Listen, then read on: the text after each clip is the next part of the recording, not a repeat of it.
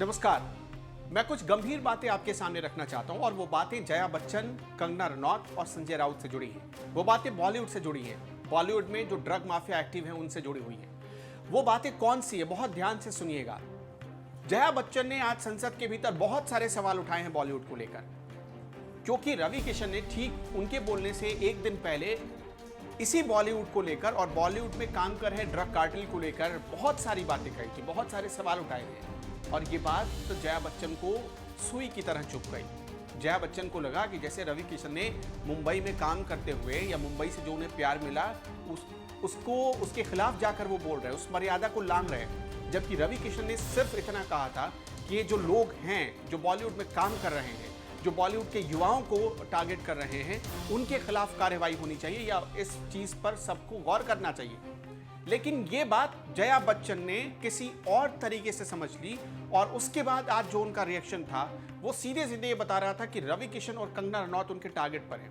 कंगना रनौत ने आज उनका जवाब भी दिया कि अगर आपकी बेटी श्वेता बच्चन ड्रग के दलदल में फंस जाती तब क्या आपका यही रिएक्शन होता? क्या अगर अभिषेक बच्चन फांसी लगा लेते? क्योंकि ये पूरी मुहिम सुशांत सिंह राजपूत के फांसी के केस से शुरू हुआ था। आप समझिए कि ये सवाल कंगना उठा रही हैं कि अगर अभिषेक बच्चन ऐसा कर देते जैसा सुशांत सिंह राजपूत ने किया, तब क्या जया बच्चन क्या करती? क्या उनका यही ठीक जो रिएक्शन अभी आ रहा है वही वैसा ही रिएक्शन होता? जाहिर सी बात है, कंगना वही सवाल पूछ रही हैं जिसका जवाब देने से जया बच्चन भाग रही है। जया बच्चन का इस पूरी बॉलीवुड में आप देखिए क्या योगदान रहा है। पूरे बॉलीवुड में अमिताभ बच्चन उनके जो पति हैं, चलिए उनका तो मानते हैं कि उन्होंने बहुत सारी फिल्में की, वो सुपरस्टार हैं, महानायक, सदी के महानायक कहे जाते हैं। लेकिन उसी अमिताभ बच्चन के बारे में हम एक और बहुत गंभीर बात आपसे पूछना चाहते हैं कि पूरे लॉकडाउन में जब मुंबई से मजदूर पैदल बिहार और उत्तर प्रदेश को जा रहे थे तो अमिताभ बच्चन ने क्या किया ट्वीट करने के अलावा? आप सोचिए कि अप्रैल महीने से लेकर जब से लॉकडाउन शुरू हुआ अनलॉक 1 तक कितने मजदूरों को खाना खिलाया अमिताभ बच्चन ने? उनका क्या योगदान रहा? अगर रवि किशन सवाल उठाते हैं, कंगना रनौत अगर सवाल उठाती हैं तो क्यों बुरा लगता है? यह बहुत गंभीर बात है। इसलिए कंगना रनौत का सवाल उठाना भी बिल्कुल सही लगता है और रवि किशन का सवाल उठाना भी। इस पूरे बॉलीवुड को जया बच्चन ने क्या दिया? फिल्मों में काम करके अपनी फीस वसूलने के अलावा जया बच्चन ने कुछ नहीं किया है। आज बॉलीवुड पर सच में बहुत बड़ा खतरा है। बॉलीवुड में ड्रग गैंग जिस तरह से एक्टिव है और लगातार वो लोगों को शिकार बना रहा है, लोगों को बीमार बना रहा है, वो बहुत बड़ा खतरा है। इससे हमारी बॉलीवुड की छवि को धक्का लगा है। लेकिन जब सवाल पूछो तो जया बच्चन भड़क जाती हैं क्योंकि वो समाजवादी पार्टी से सांसद है और समाजवादी पार्टी का काम क्या है वो तो आपको पता ही है। अच्छा काम भी करो तो भी सवाल उठाना है। अब अखिलेश यादव की सरकार से, अखिलेश यादव की पार्टी से जब वो सांसद हों तो आप कैसे ये समझ सकते हैं कि बीजेपी का कोई सांसद सवाल उठाएगा और जया बच्चन को ये अच्छा लगेगा? कंगना रनौत किसी पार्टी में शामिल नहीं हुई, राजनीति में आने से सीधे सीधे वो इनकार कर चुकी हैं।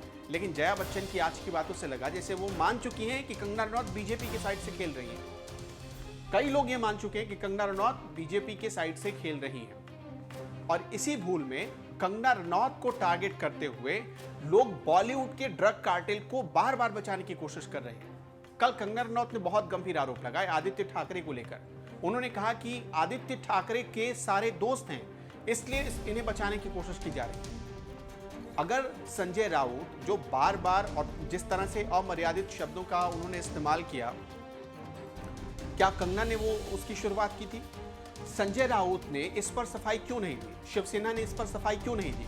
उद्धव ठाकरे आए, उन्होंने कहा कि वो चुप हैं तो इसका नाजायज फायदा उठाया जा रहा है। इसका मतलब ये नहीं कि वो कुछ बोलना नहीं चाहते। उद्धव ठाकरे ने 2-3 दिन पहले आकर ये बात कही थी। लेकिन वही उद्धव ठाकरे ये क्यों नहीं कहते कि वो जांच करवाएंगे बॉलीवुड में ड्रग कार्टेल?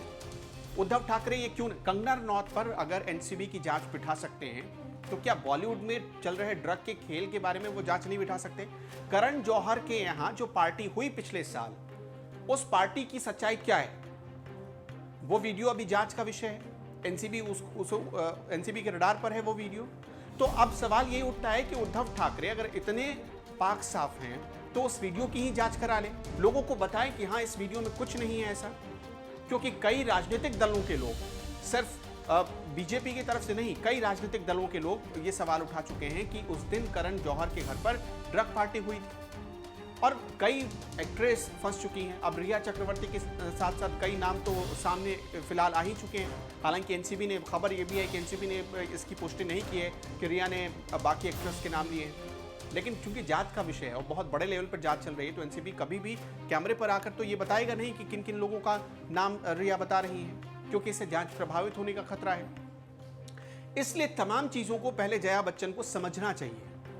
अगर जया बच्चन समझ जाती वाकई उस गंभीरता को, उस पिता को जो कि अपने जवान बेटे को खो चुका है, जो 15 करोड़ गायब होने का केस, या जो पटना में एफआईआर दर्ज कराई गई थी केके सिंह की तरफ से, उसमें क्या कहा गया था? यही तो कहा गया था कि गलत दवाइयां दी जा रही थी। वो गलत दवाइयां क्या थी?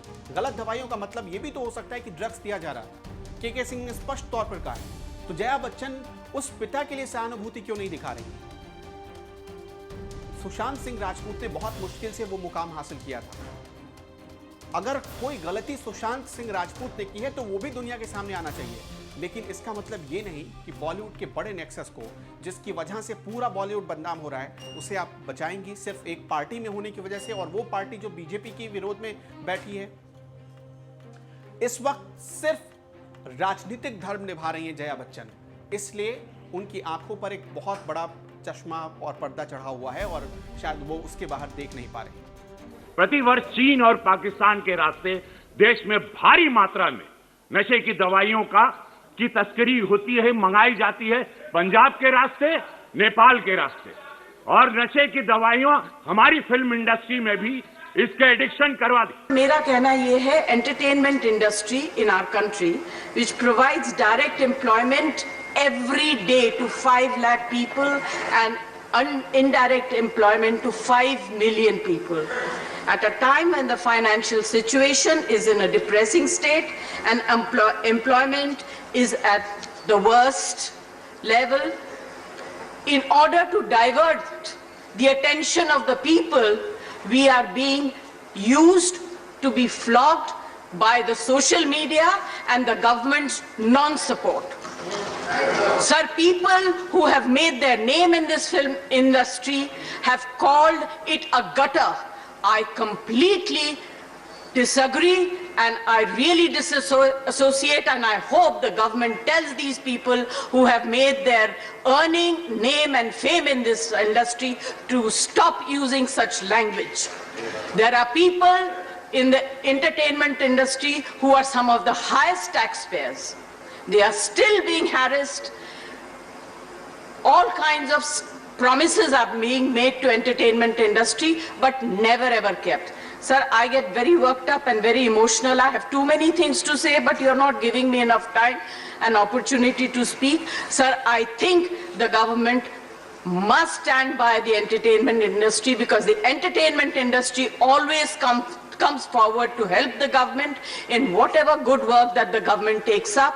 They come and speak for them, they support them. If there is a national calamity, they come forward, they give money, they give their services. I think that it is very, very important that the government must support this industry and not kill it just because there are few people. You cannot tarnish the image of the entire industry. Right. This industry brings international name and recognition also, apart from the political people. I was really embarrassed and ashamed that yesterday one of our members in the Lok Sabha spoke, who is from the industry, against, I'm not taking a name, against the film industry. It's a shame.